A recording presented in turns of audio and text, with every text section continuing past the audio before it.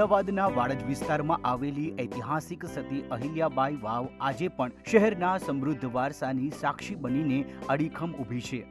આશરે અઢી સદી જૂની આ વાવનું નિર્માણ માલવાના પ્રખ્યાત શાસક અને લોક કલ્યાણકારી અહિલ્યાબાઈ હોલકર દ્વારા કરવામાં આવ્યું હોવાની માનવામાં આવે છે।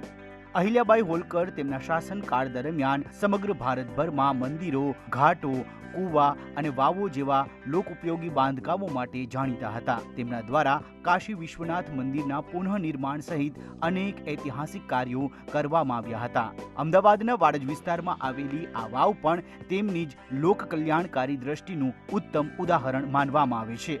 આ વાવનું નિર્માણ તે સમયના લોકોની પાણીની જરૂરિયાત પૂરી કરવા માટે કરવામાં આવી હતી। સાબરમતી નદીના કિનારે નજીક આવેલી આ વાવમાં વર્ષભર પાણી ઉપલબ્ધ રહેતું હતું, જેના કારણે આસપાસના ગામો અને મુસાફરો માટે તે મહત્વનું જળ સ્ત્રોત બની હતી।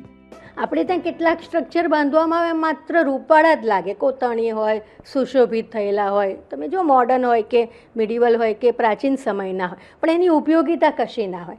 કેટલાક ઉપયોગી હોય તો એવા ઢંગધડા વગરના કરેલા હોય કે આપણને જોવામાં આપણી આંખને નડે, વાગ્યા કરે। વાવ સ્થાપત્ય એવું સ્થાપત્ય છે જરૂરિયાતોની પણ પૂર્તિ કરે છે અને સાથે સાથે એનું જે સુશોભન છે એ આપણી એટલે તમને જીભને આપણી તરસને તો છીપાવે છે, પણ આપણી આંખની સૌંદર્ય દૃષ્ટિની તરસને પણ એ પોષે છે। એટલે બંનેનો એની અંદર સમન્વય થયેલો છે।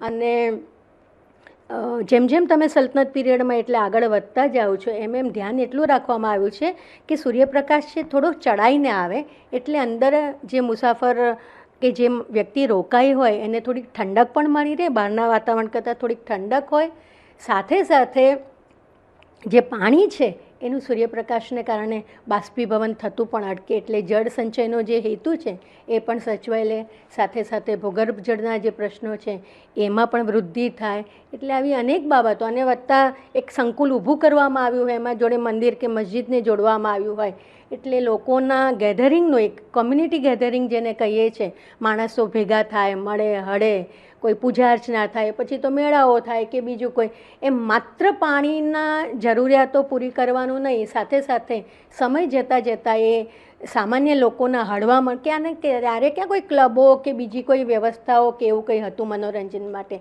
તો એવું સોશિયલ ગેધરિંગની પણ એ વાવો એ આપણી જગ્યા બની છે। એટલે મારી દૃષ્ટિએ વાવ એ માત્ર એક સ્થાપત્ય નથી, ગુજરાતના સમાજ જીવનનું, ગુજરાતના રાજકીય જીવનનું અને ગુજરાતના અર્થતંત્રનું, કારણ કે આવા વાવોનું સ્થાપત્ય કરવું એ જેવી તેવી વાત નથી। વાસ્તુકળાની દ્રષ્ટિએ પણ આ વાવ વિશેષ મહત્વ ધરાવે છે। પથ્થરમાં કોતરાયેલા થાંભલા, કલાત્મક કમાનો અને પરંપરાગત સ્થાપત્ય તેની વિશેષતા છે। વાવની અંદર ઉતરતા પગથિયા અને વિવિધ સ્તરો તે સમયની અદ્ભુત ઇજનેરી કુશળતાનો પરિચય કરાવે છે। સ્થાનિક લોકોમાં આ વાવ સતી અહિલ્યાબાઈ વાવ તરીકે પ્રસિદ્ધ છે। વર્ષો સુધી અવગણના બાદ હવે આ ઐતિહાસિક સ્મારકના સંરક્ષણ અને જાળવણી તરફ ધ્યાન આપવામાં આવી રહ્યું છે। વારસા પ્રેમીઓ અને ઇતિહાસકારો માટે આ વાવ અમદાવાદના સાંસ્કૃતિક વારસાનો મહત્વનો ભાગ છે। આજે પણ સતી અહિલ્યાબાઈ વાવ માત્ર એક જળ સંચયનું માધ્યમ નથી, પરંતુ ગુજરાત અને ભારતના સમૃદ્ધ ઇતિહાસ, લોક કલ્યાણ અને અદ્ભુત સ્થાપત્ય કલાની જીવંત ઓળખ બની રહી છે।